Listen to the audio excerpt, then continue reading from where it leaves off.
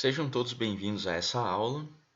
Nessa aula de análise de requisitos da disciplina de análise de projetos e sistemas, nós vamos ver como converter requisitos, as funcionalidades, em casos de uso. Para isso, serão apresentados alguns exemplos de requisitos, os quais serão transformados em casos de uso. Então, a seguir serão apresentados alguns requisitos e casos de uso necessários para o desenvolvimento de um módulo de um sistema com base num caixa eletrônico de banco. Então, alguns requisitos identificados para esse sistema, no caso, o caixa eletrônico. Então, requisito funcional 1.1, o primeiro, em relação ao caixa eletrônico, é possível sacar dinheiro. O segundo, movimentar valores entre as contas. Eu tenho mais de uma conta, ou eu posso passar valores da minha conta para uma outra conta, ou conta corrente para poupança. E é possível emitir extrato com o saldo da conta e um extrato completo por determinado período, conforme o filtro solicitado pelo usuário.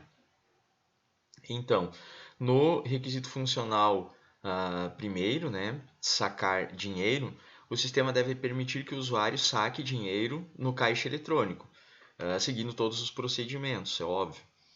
Então, essa atividade é responsável pelo ciclo que inicia quando o usuário vai solicitar o seu dinheiro, vai solicitar o saque. Ele diz que eu quero sacar dinheiro no caixa eletrônico e se encerra em um fluxo ótimo, ou seja, quer dizer que tudo vai dar certo nesse procedimento de saque. Ou seja, quando o usuário vai receber o dinheiro que ele solicitou e na tela é confirmado o saque ou ainda pode emitir um comprovante de saque. Ultimamente, o que acontece nos caixas eletrônicos? Você faz um saque e ele só diz saque executado com sucesso. Claro, é muito relativo ao banco, à plataforma e tal. Antigamente, o que acontecia? Você emitia o saque, realizava o saque e ele emitia um comprovante em papel. Hoje você pode solicitar isso, mas normalmente não se faz. Por quê? Porque pega esse papel e põe fora. Então é só para poluição do meio ambiente e para gastar papel. Movimentar valores entre contas. Então o sistema permite movimentar valores entre contas do mesmo usuário. Entre contas de diferentes usuários também é possível, aí sendo uma transferência entre contas de diferentes usuários.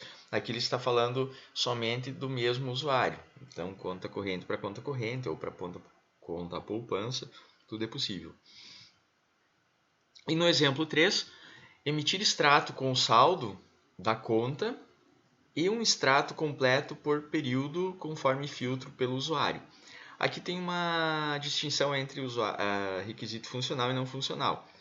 Então, o sistema deve emitir um extrato com saldo.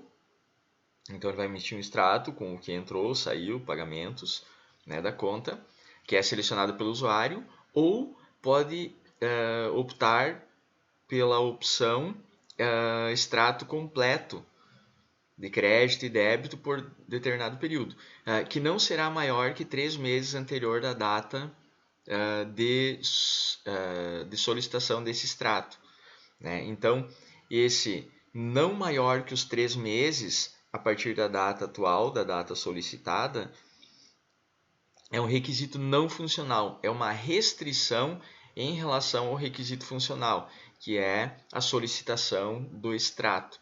Então, tem um requisito funcional e junto a ele tem um requisito não funcional, ou seja, uma restrição para esse requisito funcional. Nesta parte, então, vamos transformar os requisitos em casos de uso, usando o exemplo de análise dos requisitos do nosso caixa eletrônico, que é um exemplo que nós iniciamos. Então, ao final dessa atividade, dessa apresentação, desse conteúdo, a gente deve estar apto a entender e responder algumas questões relacionadas aos requisitos e casos de uso. Então, Como criar casos de uso a partir dos requisitos? A gente vai conseguir fazer isso. O que é um caso de uso? Quais os passos para a criação dos casos de uso? O que eu tenho que fazer até chegar a um caso de uso, né? Partindo dos requisitos, das funcionalidades básicas. Os casos de uso são uma forma de comunicação para a empresa com o cliente. Para que servem os casos de uso de inclusão e extensão? Qual a sua funcionalidade, né? Como criar casos de uso, então, a partir dos requisitos identificados? Então, uma vez que a gente tem os requisitos, é possível transformar esses requisitos em casos de uso. Não é necessário que todos os requisitos do sistema estejam especificados para que a gente comece essa atividade. Eu posso dividi-los em módulos, né? Eu posso ir modelando conforme as minhas necessidades, conforme os requisitos já estão identificados. Então, em um exemplo, um processo de desenvolvimento iterativo e incremental, os requisitos de caso de uso podem ser divididos em módulos funcionais. Então, eu posso ter módulos de determinados requisitos, de determinadas funcionalidades, que vão sendo revisados durante o processo de desenvolvimento. Então, eu posso criar módulos de cadastros, de relatórios, de vendas, financeiro. Então, com base nisso, eu crio determinados casos de uso e vou controlando eles, vou classificando em módulos. Fica mais fácil o entendimento e, consequentemente, o desenvolvimento posterior desses casos de uso, né, quando eles são passados para a equipe de desenvolvimento para sua codificação. Nos casos de uso, a gente tem atores e os casos de uso. Então, um ator ele vai se relacionar com os casos de uso. Num primeiro momento, a gente deve identificar os atores de um sistema, que podem ser pessoas, né, outros sistemas que se relacionam com o nosso sistema, dispositivos externos, alguma coisa que tenha relação com o nosso sistema vai ser classificado como um ator. Ele está externo ao sistema, mas se relaciona com ele. Esses conceitos de casos de uso a gente vai estudar posteriormente também, quando chegar na modelagem, nos diagramas de casos de uso. Então, nesse exemplo aqui de atores, eu tenho uma generalização, eu posso chamar de generalização ou especialização de atores. Um banco possui diferentes tipos de clientes. Então, eu tenho um cliente do banco e nessa classificação eu tenho 3 outros atores, que seriam o meu cliente VIP, o cliente especial e o cliente padrão, ou seria o mais simples. Então, esse diagrama aqui, essa parte do diagrama, mostra uma generalização de atores, ou seja, eles estão generalizando de clientes, né? Todos os clientes têm uma conta no banco, tem algumas características que são generalizadas. Todo cliente vai ter um CPF, ou um CNPJ, dependendo se... Aí também já daria para especializar, né? Então, se eu olhar nessa direção, é uma generalização. Se eu olhar de cima para baixo, eu tenho uma especialização. Isso aqui é um caso clássico de herança. Então, a gente pode herdar características desse ator genérico, né?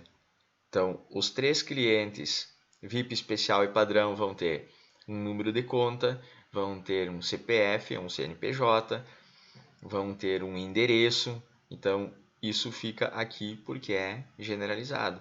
Agora, as coisas que são específicas do VIP, do especial e do padrão ficam nos seus atores específicos.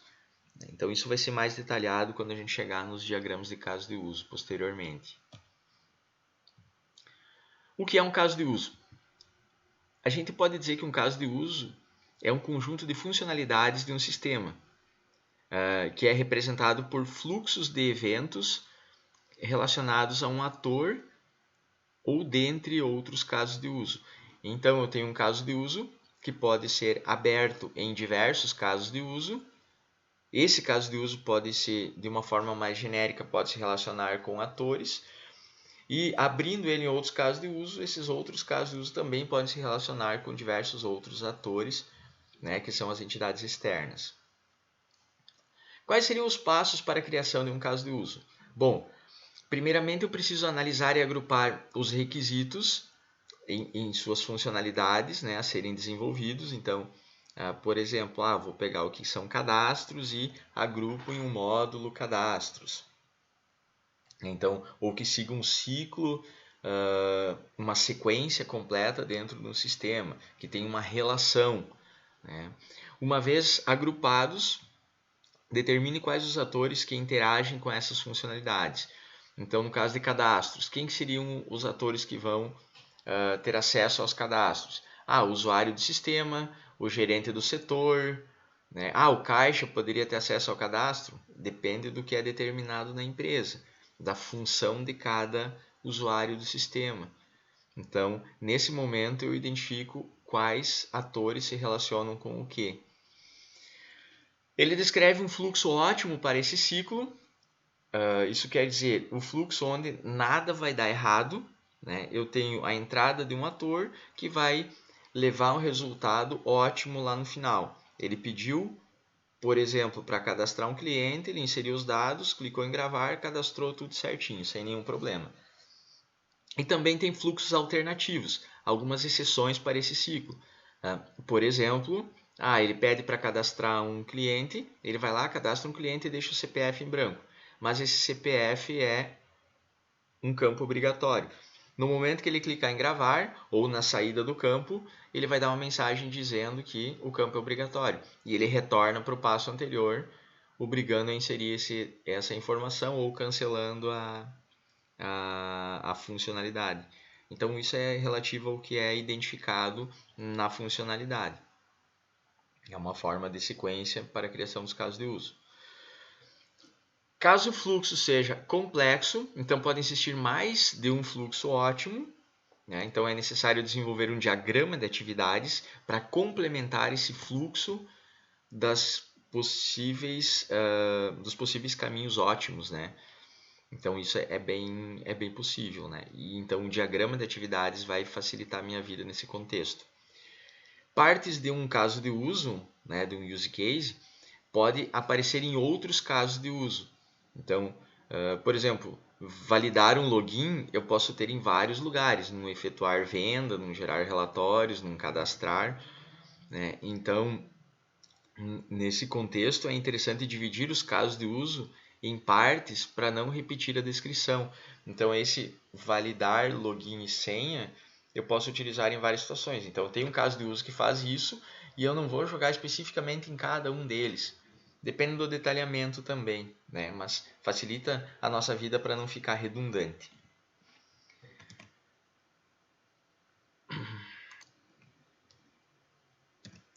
Respondendo a pergunta lá no início, né? Os casos de uso são formas de comunicação com o cliente? Sim, claro que são, né? Pois os casos de uso e também os protótipos do sistema são as primeiras formas de interação com o cliente, de mostrar para o cliente como o sistema vai ficar. Então, é uma forma de comunicação.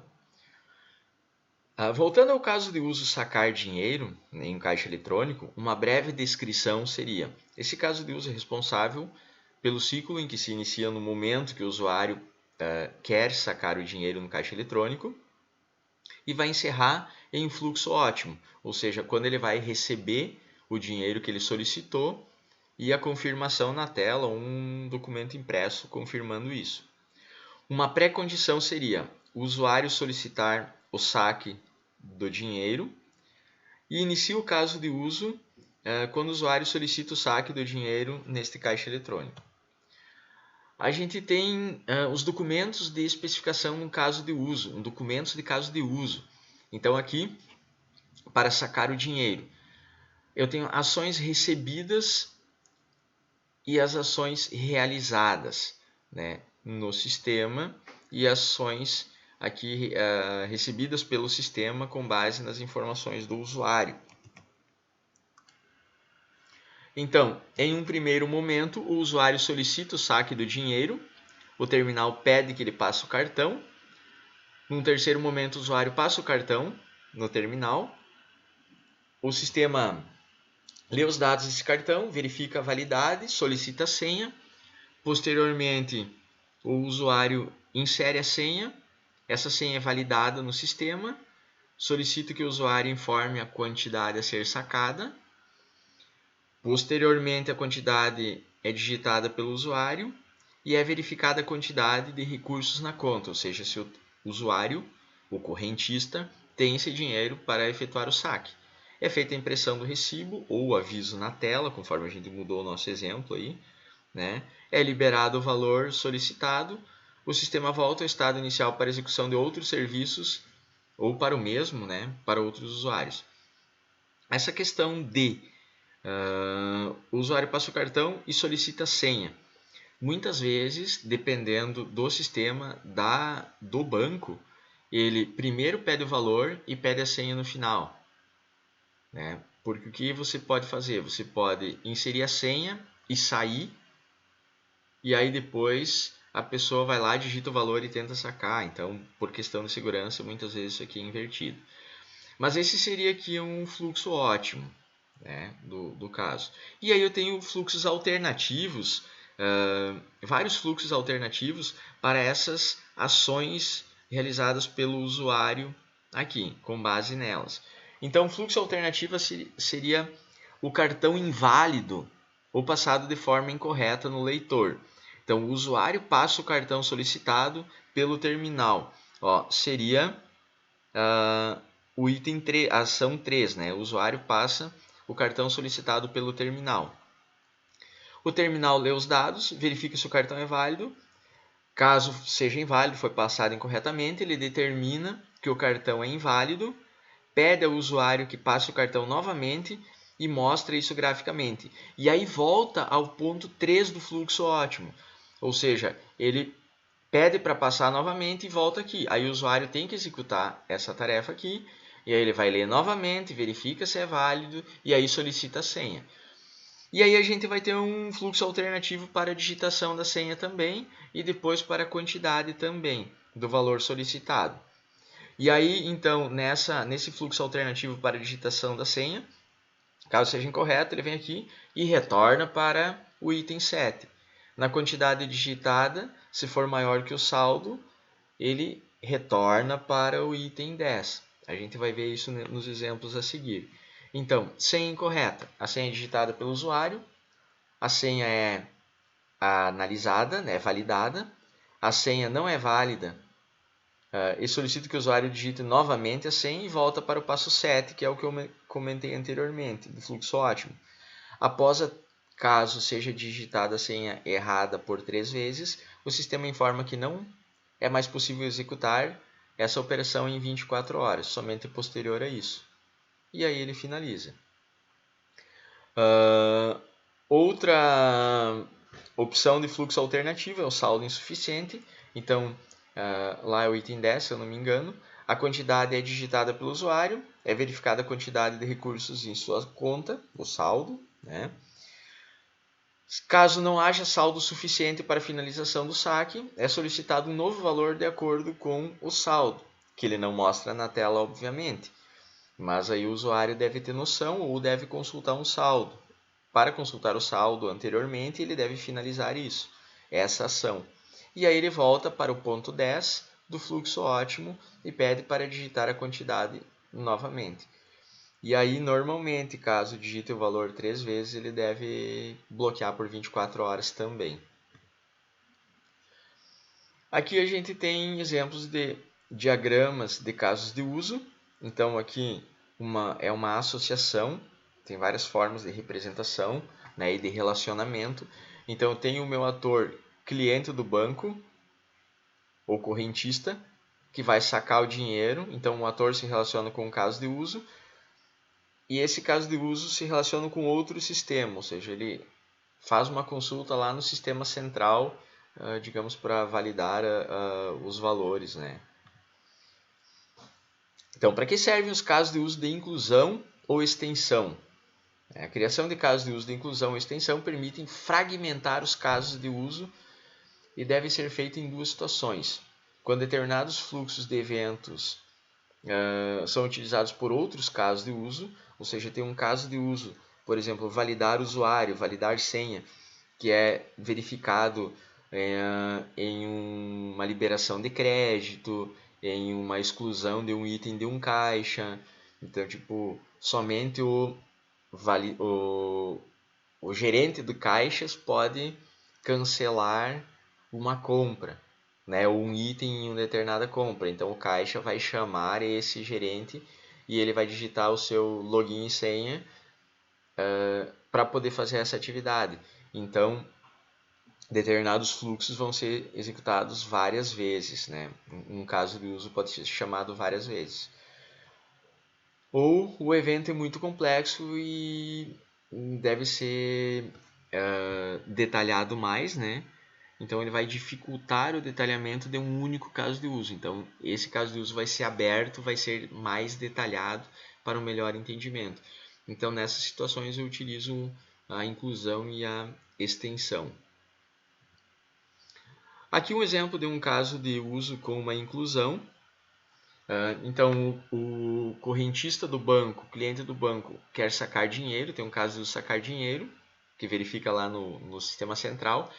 Mas antes de sacar o dinheiro, no momento que ele inicia esse caso de uso, obrigatoriamente ele vai validar o usuário, porque não pode ser feito um saque sem saber de quem é a conta. Então, uma inclusão obrigatoriamente executa outro caso de uso, né? E também esse validar usuário pode ser executado por diversos outros casos de uso. Então, normalmente, um caso de uso incluído, ele é executado por diversos outros casos de uso. Então, eu posso ter depositar dinheiro, sacar dinheiro, emitir relatório, todos validando o usuário. Então, ele pode ser executado quantas vezes for necessário. Então, aqui no caso do validar usuário, né, o usuário inicia um serviço do sistema, a senha solicitada, a senha digitada pelo usuário. Então, ele valida a senha, se é válida, encerra com uma resposta afirmativa, né, ele faz a validação, verifica se a senha não é válida, então ele solicita que digite novamente e volta duas vezes, e volta ao ponto 2, né, desse fluxo, para digitar novamente a senha. Então, caso a senha for incorreta, ele volta, solicitar a senha e o usuário tem que digitar a senha novamente. Então, o sistema informa que não pode mais executar dentro de 24 horas caso ele digite a senha errada 3 vezes. Isso é por padrão, segurança. E num caso de extensão, quando o fluxo de eventos faz parte de um caso de uso, nem sempre esse fluxo é executado. Então, nem sempre esse saldo insuficiente aqui vai ser executado. O extend acontece, a extensão acontece quando uma pergunta a resposta for verdadeira. Ou seja, vai fazer uma pergunta, sacar dinheiro, o saldo é insuficiente? Se for insuficiente, ele vai emitir uma mensagem. Se não, ou seja, se tiver saldo, ele vai permitir o saque. Então, esse caso de uso só vai ser executado se a pergunta aqui for verdadeira. Se não tiver saldo suficiente, ele vem para cá. Então, ele tem que responder uma condição. Então, não há recursos suficientes para extensão do saque. É solicitado ao usuário um valor inferior, digitado anteriormente. Então, a nova quantidade é digitada pelo usuário. É verificada a quantidade de recursos, ou seja, o saldo da sua conta. Se o valor estiver correto, né, for menor que ou igual ao saldo, ele retorna uma resposta positiva. Se não, ele volta ao fluxo 2, que é solicitar ao usuário um saldo de saque inferior ao saldo existente, um valor de saque inferior ao saldo existente, né? Então, ele só vai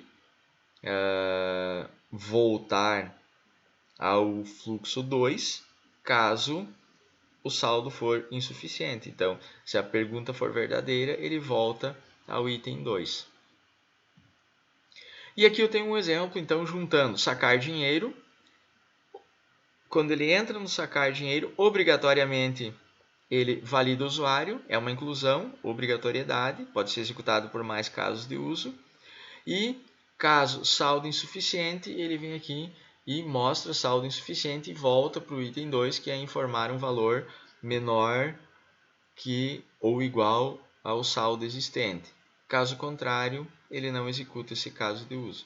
Então aqui a gente tem exemplos de inclusão e extensão. As nossas referências e fechamos por aí.